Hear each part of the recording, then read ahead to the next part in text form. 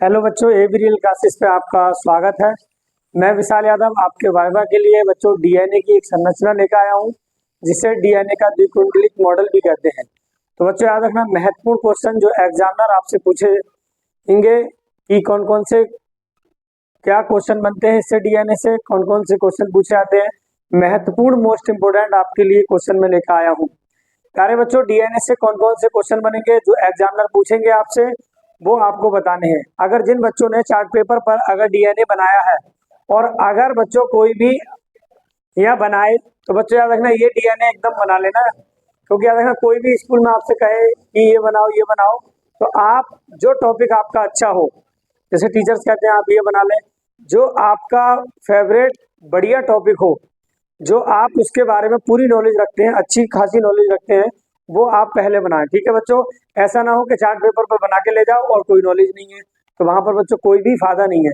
ठीक है, तो बच्चों डीएनए अगर जिन बच्चों ने बनाया है डीएनए, उनके लिए मैं ये वीडियो लेकर आया हूँ। बहुत 10 महत्वपूर्ण क्वेश्चन है जो कि बहुत आसान भाषा में मैं आपको समझा सकता हूँ। सबसे पहले बच्चों, आप चार्ट पेपर पर डीएनए बनाएंगे तो आप लेके जाएंगे, और जब चार्ट पेपर को लेके जाएंगे एग्जामिनर से ओपन करेंगे वहां पर, तो बच्चों याद रखना सबसे पहले पूछा जाएगा डीएनए क्या है। तो बच्चों याद रखना, डीएनए के बारे में अगर पूछे डीएनए क्या है, तो क्वेश्चन आपका है डीएनए, महत्वपूर्ण क्वेश्चन है। तो क्वेश्चन नंबर 1 है बच्चों, डीएनए क्या है। तो डीएनए एक अनुवांशिक पदार्थ है। आपका आंसर क्या होगा?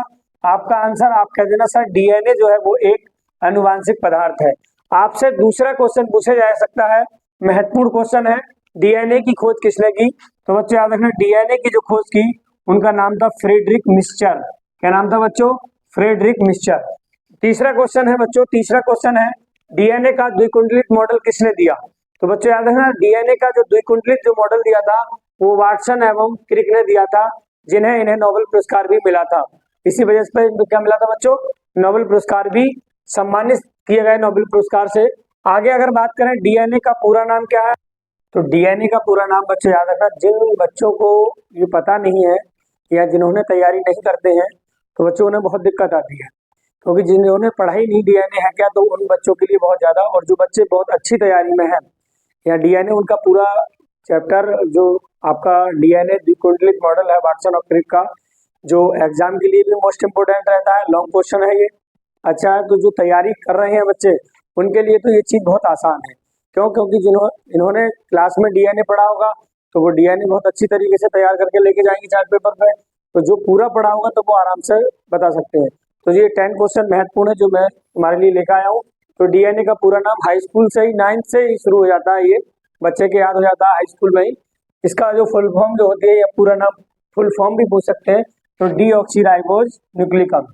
अगला क्वेश्चन जो है क्वेश्चन नंबर 5 है, केंद्रक के अतिरिक्त।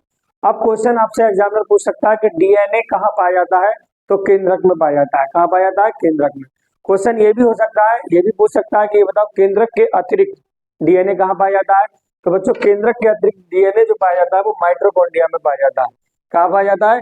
माइटोकॉन्ड्रिया के अंदर पाया जाता है। ठीक है बच्चों, डीएनए में क्वेश्चन नंबर 6 है, डीएनए में कौन सी शर्करा पाई जाती है।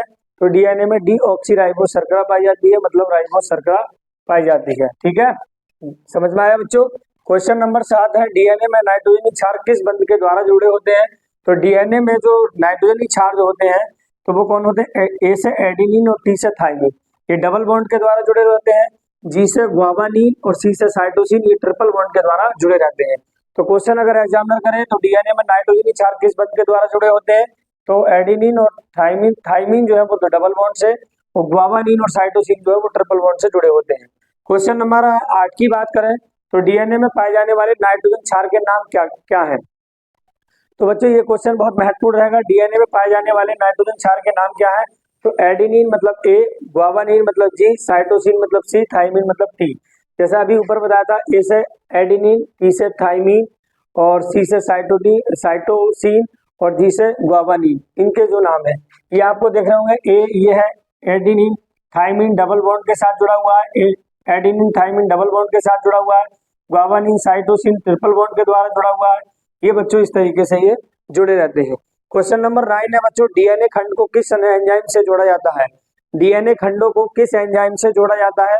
तो डीएनए खंडों को बच्चों याद रखना लाइगेज एंजाइम के से जोड़ा जाता है।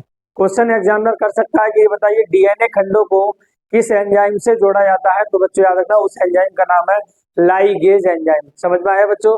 आगे क्वेश्चन अगर करते हैं, क्वेश्चन नंबर 10 लास्ट क्वेश्चन है। तो याद रखना डीएनए के प्रत्येक खंड की लंबाई व श्रृंखला की दूरी कितनी होती है। तो बच्चों याद रखना श्रृंखला की अगर दूरी बात करें तो 20 एंगास्ट्रॉम होती है, और अगर डीएनए खंड की अगर लंबाई करें तो 34 एंगास्ट्रॉम होती है। तो बच्चों ये महत्वपूर्ण क्वेश्चन है डीएनए से। अगर जिन बच्चों ने चार्ट पेपर पर डीएनए बनाया है वो 10 महत्वपूर्ण क्वेश्चन है वाइवा के लिए, जो आपको बहुत ज्यादा बच्चों याद रखना महत्वपूर्ण होंगे और आपके 30 नंबर दिलाने में महत्वपूर्ण भूमिका निभाएंगे। ठीक है बच्चों, आशा करता हूं आपको ये वीडियो समझ में आई होगी। ठीक है, अगर आपको ये वीडियो समझ में आई हो तो मेरे चैनल को लाइक करें, सब्सक्राइब करें और बच्चों याद रखना सपोर्ट करें। ऐसे ही मैं आपको प्रतिदिन नई नई वीडियो टॉपिक के साथ लाता रहूंगा। जय हिंद, जय भारत, थैंक यू।